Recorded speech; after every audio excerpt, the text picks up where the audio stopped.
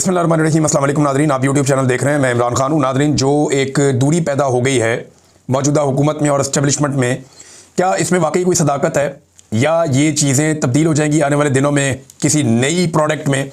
इस बारे में ये वीलॉग है। कुछ आम हकायक मैं आपके सामने रखता हूँ। एक तो आप ये बात कंफर्म कर लें कि पाकिस्तान में कौन होगा किस ओहदे पर, इसका फैसला पाकिस्तान के अंदर नहीं हो रहा, इसका फैसला पाकिस्तान से बाहर हो रहा है। और ये फैसला किसी एक मुल्क में नहीं होना। फैसला आपको सुनाया तो एक ही मुल्क से जाएगा, लेकिन दो जगहों पे ये फैसला हो रहा है। और इसमें ताखीर की जो सबसे बड़ी वजह है वो 27वीं आईनी तरमीम है।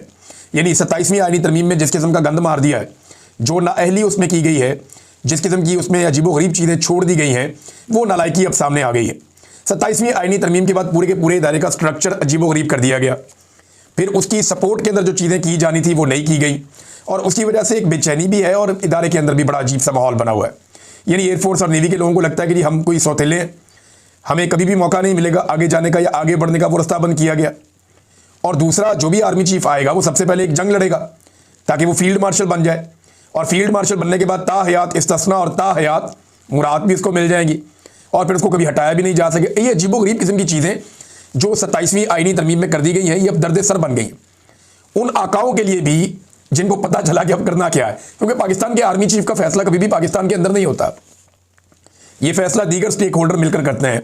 जो बैरूनी आका है, जिनके पैसों से पाकिस्तान चलता है, या जो अपने पैसों से हमें वेंटिलेटर्स लगाते हैं, ये फैसला वहाँ पे भी होता है। अभी ये फैसला हो जाएगा कि किसको कहाँ लगाना है और किसको किस जगह पे बिठाना है और कौन कौन सी चीज़ों को ठीक करना है। तो जब ये फैसला हो जाएगा तो लिस्ट आ जाएगी, उसके मुताबिक फिर चीज़ें आगे बढ़ेंगी लोकल सतह के ऊपर कुछ चीज़ें तय होने के बाद। अब कई लोग ये कह रहे हैं कि जनाब हुकूमत ने ये कर दिया, हुकूमत बड़ी नालायक है, हुकूमत बड़ी नाअहल है, हुकूमत ने 27वीं आईनी तरमीम में कोई कुत्ताही की है, कोई नालायकी की है। हुकूमत का तो ना इसमें कोई लेना ना देना। ये तरमीम तो जिन्होंने बनाई है एस्टेब्लिशमेंट ने, इसके ऊपर काम भी एस्टेब्लिशमेंट ने किया। सियासतदानों को तो इसकी अलिफ बे का भी नहीं पता था। उनके तो हवाले की गई और बताया गया कि जनाब ये पास करवानी है। नवाज शरीफ साहब ने और जरदारी साहब ने सर नीचे फेंक के अपने सारे बंदों को हुक्म दिया, सारे बंदे इकट्ठे किए और उसके बाद ये तरमीम पास करवा ली।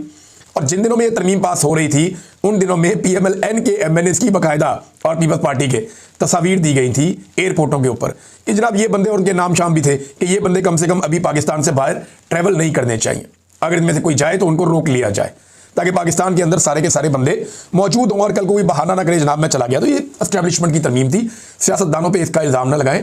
सियासतदान बहुत समझदार होते हैं, वो बड़े तरीके से कोई तरमीम करते हैं, बड़ी मुशावरत करते हैं। चंद घंटों के अंदर ऐसे ही तरमीम होती है और इसके पीछे सारा का सारा एस्टेब्लिशमेंट का खेला हुआ खेल था। उनकी नालायकी अब इनके खाते डालने की कोशिश की जा रही है। कई टाउट्स हैं वो आकर बैठ जाते हैं, बार बार ये कहते हैं कि हुकूमत की नालायकी, हुकूमत ने ये कर दिया, हुकूमत ने कुछ नहीं किया। सियासतदानों का इससे कोई लेना देना नहीं है। बहरहाल ये फैसला हो जाएगा, फैसला होकर लिस्ट पाकिस्तान में दी जाएगी, उसके मुताबिक हो जाएगा। लेकिन इमरान खान साहब ने नवाज शरीफ को बड़ा ज़बरदस्त मौका दे दिया है। इमरान खान ने नवाज शरीफ को मौका दे दिया कि अगर वो अपनी जान बचाना चाहते हैं तो बचा लें, क्योंकि एंड में जो है ना नवाज शरीफ की जान भी कुड़की में फंस जाएगी। उसकी मैं आपको वजह बताता हूँ क्या है। ये बहुत बड़ी खबर है और इसको जो समझने वाले ना वो समझ जाएंगे। होगा ये कि आसिम मुनीर के साथ जो पिछले एक हफ्ते के अंदर नवाज शरीफ साहब ने कर छोड़ी है ना, या इस निज़ाम ने या इस हुकूमत ने जो भी आसिम मुनीर के साथ किया है, ऐसा तो एक SHO के साथ भी नहीं होता। वो बेचारा अपनी तैनाती के लिए आता है तो उसको बता देते हैं ठीक है फलाने दिन आ जाइए, उसकी तैनाती हो जाती है। लेकिन आसिम मुनीर साहब का नोटिफिकेशन कभी कहते चाहिए नहीं, कभी कहते नहीं चाहिए, कभी इधर से बयान। फिर वो इतनी शर्मिंदगी हुई आसिम मुनीर साहब को कि टाउटों के जरिए ये स्टेटमेंट दिलवाने पड़े कि जनाब नोटिफिकेशन की तो ज़रूरत ही नहीं है। आपने देखा अंसार अब्बासी साहब तक ने लिख दिया और लोगों ने भी लिख दिया। मैं अंसार अब्बासी साहब को टाउट नहीं कह रहा, लेकिन बहुत सारे टाउट पहले ये बातें कर रहे थे। फिर अंसार अब्बासी साहब को भी कायल किया गया आप लिख दें आप जंग अखबार में। उन्होंने भी बेचारे ने लिख दिया और लोगों ने भी लिख दिया। तो दावे शुरू हो गए कि नोटिफिकेशन की लोड़ ही कोई नहीं। अब जनाब सारे कह रहे हैं नोटिफिकेशन किधर है। Faisal Vawda notification, Mohsin Naqvi notification, DGI SPR तो बिल्कुल मंजर से गायब है, वो तो कोई नजर ही नहीं आ रहे। लेकिन नोटिफिकेशन तो चाहिए और शहबाज शरीफ साहब को नोटिफिकेशन करना पड़ेगा। नवाज शरीफ के पास मौका है कि अगर वो नया आर्मी चीफ लाना चाहे तो ले आए। डर यही होता है ना कि इमरान खान कहीं आसिम मुनीर के साथ कोई डील ना कर ले। तो इमरान खान ने वो वाला सफ़ा फाड़ दिया कल। इमरान खान का ट्विटर के ऊपर ट्वीट उठा के देखें, उसके बाद आप चीखें सुने, आपको आइडिया हो जाएगा कि इमरान खान साहब ने वो वाला सफ़ा फाड़ दिया और वो पहले भी कोई डील नहीं करने जा रहे थे। तो खातिर जमा रखें, आसिम मुनीर साहब किसी का कुछ नहीं बिगाड़ सकेंगे अगर उन्हें तैनाती ना मिली तो। लेकिन अगर उन्हें मिल गई तो फिर क्या होगा ये मैं आपको बता देता हूं और आप बड़ा इंजॉय करेंगे आने वाले वक्त में। इसको संभाल के रखिएगा। अगर आसिम मुनीर साहब को दोबारा से उनको ये मौका मिल जाता है 5 साल और आए और आकर आप काम करें, तो वो एक बात को तो यकीनी बनाएंगे कि नवाज शरीफ कभी भी कंफर्टेबल पोजीशन में ना आए। यानी नवाज शरीफ कभी भी उस पोजीशन में ना आए जहां पे आके वो कंफर्टेबल हो जाए, जहां पे आके वो रिलैक्स हो जाए। क्योंकि नवाज शरीफ को पहली मरतबा रिलैक्स होना नसीब हुआ है। जैसे ही उनके पास सादा अक्सरियत बनी है, साथ ही नवाज शरीफ साहब ने अपना रंग दिखा दिया। जैसे ही उनके भाई की हुकूमत महफूज हुई है, मियाँ साहब ने अपना रंग दिखा दिया। तो आसिम मुनीर साहब अब ये बात समझ के रहेंगे, जब तक रहेंगे, कि नवाज शरीफ को कंफर्टेबल नहीं होने देना। जब भी ये कंफर्टेबल होगा, ये वापस मुझे जवाब देगा। ये आसिम मुनीर साहब को भी अब लगेगा। तो एक अजीबोगरीब तरीके से इनका मामला आगे बढ़ेगा और आसिम मुनीर साहब उतने ताकतवर रहेंगे नहीं। अगर उन्हें अगले 5 साल मिल जाते हैं तो याद रखिएगा पहले 3 साल के अंदर आसिम मुनीर साहब जो ताकत इंजॉय कर रहे थे, इतने सारे इख्तियारात लेने के बावजूद वो ताकत दोबारा आसिम मुनीर साहब इंजॉय नहीं कर पाएंगे। फैसल बाटा के जरिए से, कुछ सहाफ़ियों के जरिए से अब ये पैगाम भी पहुंचाया जा रहा है कि आइंदा इमरान खान साहब की कोई मुलाकात नहीं करवाई जाएगी और अगली मुलाकात लगभग 15 दिनों के बाद होगी। देखिए, इनको किसने बताया? क्या ये अदालत है? क्या ये जज है? क्या ये सुपरिटेंडेंट है? वो एक इनका बैठा हुआ था बंदा हसन, वो यूके के एक न्यूज़ चैनल को इंटरव्यू दे रहा था, वो अजीबोगरीब बातें कर रहा था। वो कहते जी इमरान खान क्योंकि तालिबान का दोस्त है इसलिए हम उसकी मुलाकातें नहीं करवाते, वो दहशतगर्दी करवा रहा है। कभी कोई स्टेटमेंट, कभी कोई स्टेटमेंट, मेरी तो समझ से बाहर है। यानी कभी ये कहते हैं इमरान खान यहूदियों का एजेंट है, कभी कहते हैं तालिबान का एजेंट है। कभी ये कहते हैं इमरान खान की मुलाकात जो है वो हम नहीं करवा रहे, कभी कहते हैं सुपरिटेंडेंट ऑफ जेल की मर्जी है वो नहीं करवा रहा। वज़ीर आज़म इनका कहता है जनाब पूछ के बताऊंगा। तो जब आप झूठ बोल रहे हो ना और लगातार झूठ बोल रहे हो, आपकी सारी इमारत ही झूठ पे खड़ी हुई हो, तो फिर आपके पास कोई बयानिया नहीं होता। लिहाजा उस वक्त मुंह बंद करके बैठना चाहिए। खासतौर पे ऐसे चैनल्स को इंटरव्यू नहीं देना चाहिए जो आपको बार बार ये पूछें कि जनाब आपसे सवाल कोई और कर रहे हैं, आप जवाब कोई और दे रहे हैं। वहां पे बड़ी टका के बेइज्जती की है वो खातून एंकर ने। उन्होंने कहा जी आपने इतना कुछ कह दिया लेकिन मेरे सवाल का जवाब आपने नहीं दिया कि इमरान खान साहब के जो बुनियादी हुकूक है वो क्यों मुतासर किए जा रहे हैं और क्यों मुलाकात नहीं होने दी जा रही। 2 सर्वेज बड़े मजेदार हुए हैं पाकिस्तान में नादरी। एक साबिर शाकिर साहब ने करवाया और एक करवाया रिजवान गलज़ई साहब ने।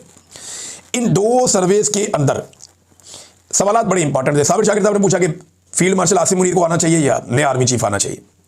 तो बहुत लोगों ने उस पर वोट डाले और मैं हैरान हो गया कि 90% से ज़्यादा लोग ये कह रहे हैं कि नया आर्मी चीफ आना चाहिए।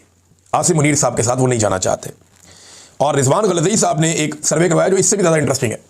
उन्होंने कहा जी कि इस सूरत में कि मौजूदा हुकूमत की और एस्टेब्लिशमेंट की लड़ाई हो जाए, मिलिट्री एस्टेब्लिशमेंट की, तो आप किसके साथ खड़े होंगे? तो आपको फिर हैरत होगी कि ज़्यादा लोग ये कह रहे हैं कि वो हुकूमत के साथ खड़े हो जाएंगे। एस्टेब्लिशमेंट की ऐसी सत्यानाश मंजी ठुक गई है कि अवाम ये कह रही है कि जनाब हम खड़े हो जाएंगे जाके हुकूमत के साथ, हम एस्टेब्लिशमेंट के साथ नहीं खड़े होंगे। ज़्यादा लोगों ने ये ओपिनियन दी है। मैं हैरान हो रहा था कि एस्टेब्लिशमेंट की इतनी पतली हालत हो गई है कि लोग जाकर जिनके ऊपर चोरों और डाकुओं के टैग लगाए गए उनके साथ कहते हैं हम खड़े हो जाएंगे, लेकिन एस्टेब्लिशमेंट के साथ हम खड़े नहीं होंगे। तो नवाज शरीफ साहब के साथ ये एक मौका उनके पास मौजूद है। अगर वो इससे फायदा उठाना चाहे, ना उठाएंगे तो मियाँ साहब देखेंगे कुछ अरसे के बाद कि उनके साथ होगा क्या, क्योंकि मियाँ साहब को अब कभी भी कंफर्टेबल नहीं होने दिया जाएगा। जिस किस्म का काम उन्होंने दिखा दिया और अब वो बेचारे सारे यकीन दिलाते फिरते हैं कि नहीं नहीं मियाँ साहब का ये मतलब नहीं था, मियाँ साहब का वो मतलब नहीं था। ना तो रोटी को चोची हम कहते हैं, ना पाकिस्तानी अवाम कहती है, और पाकिस्तान की एस्टेब्लिशमेंट तो बहुत ही सियानी है, वो तो बिल्कुल ही रोटी को चोची नहीं कहते। फैसल बाटा ने जो धमकी लगाई थी उसका जवाब भी आ गया। जवाब जनाब उसका दिया है पाकिस्तान तहरीक इंसाफ ने। बड़ा टिका कर, नाम तो नहीं लिया लेकिन बड़े सख्त अल्फाज उन्होंने बोले।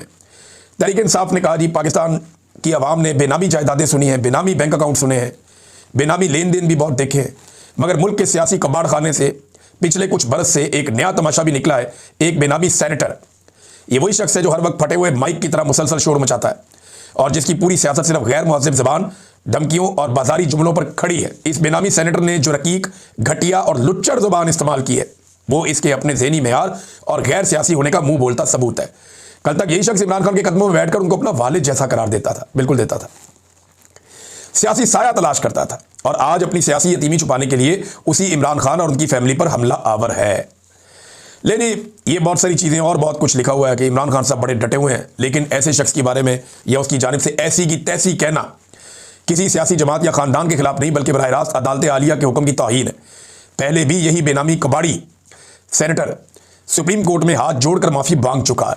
अच्छा, ये फैसल बाटा साहब को ही जवाब है, बज़ाहिर तो ऐसा लग रहा है, लेकिन फैसल बाटा साहब ने जो ज़बान इस्तेमाल की ना वो वाकई बहुत घटिया है।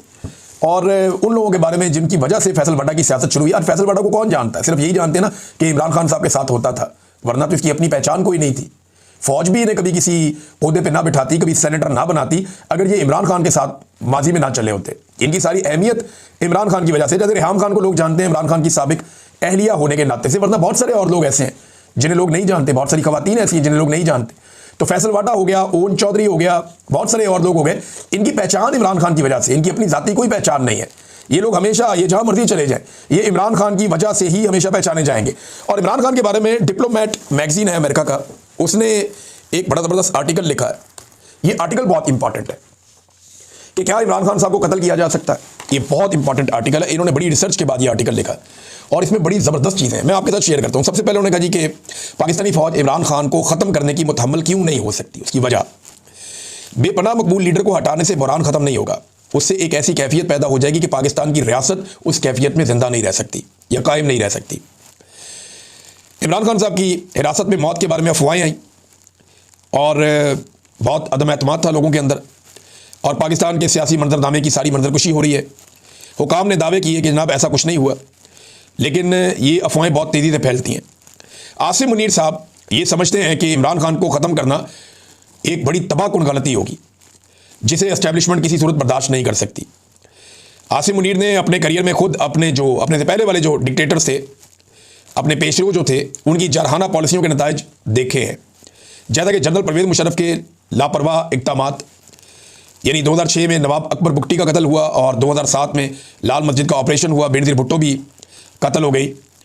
तो उन्होंने ये कहा जनाब कि एक और लीडर के कत्ल की मुतहम्मल नहीं हो सकता ये निज़ाम।